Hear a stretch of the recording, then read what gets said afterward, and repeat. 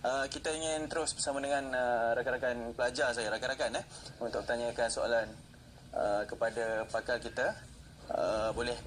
Ni siapa nama ni? Assalamualaikum, saya Arif. Arif. Mungkin ada soalan yang ingin ditanyakan. Okey, Prof, macam mana dari segi individu, kita tahu setiap antara kita ni mempunyai masalah dan stres masing-masing lah. Jadi boleh dikatakan setiap antara kita ni kadang-kadang bila kata terbawa dengan stres tu mengalami kemurungan tu.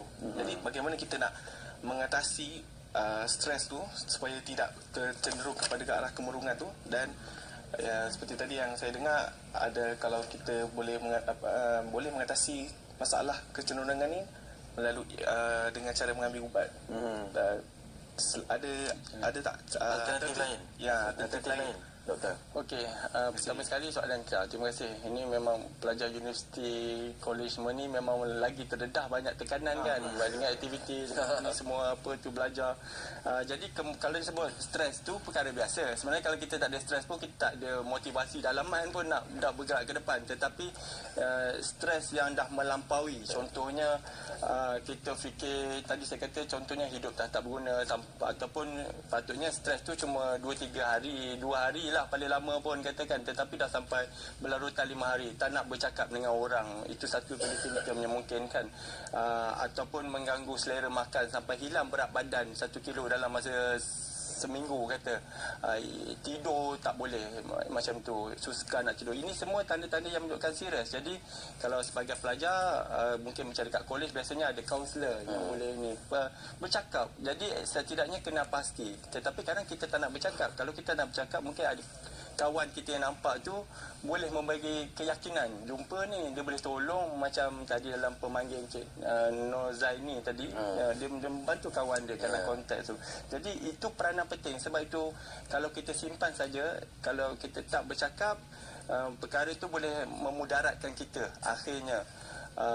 Okey, itu satu. Tadi kaedah rawatan sebenarnya kalau di peringkat yang kita kata mild ni yang sikit lah, kategori di kemurungan pun ada mild, moderate, severe.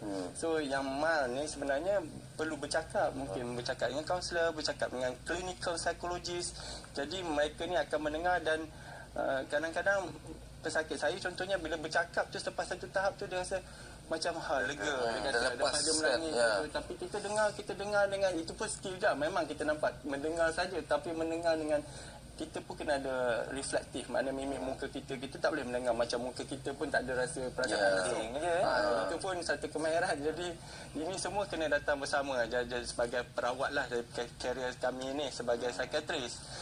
Jadi selain pada itu, kalau tips ni kita sebut pasal mencegah kemurungan tadi, kita ada sebut pasal positive psychology. Itu cara keseluruhan lah nak mengelakkan. Langkah pertama, terapkan dalam nilai itu dalam diri kita. Contoh antara amalan-amalan ini satu topik besar je kan ni kalau kita psychology. Jadi kita suka membantu orang, kita menghargai orang, kita forgive and forget karakter kita, kita mindful about our emotion, perasaan kita ambil kisah perasaan kita ambil kisah perasaan orang. Jadi ada banyak lagi.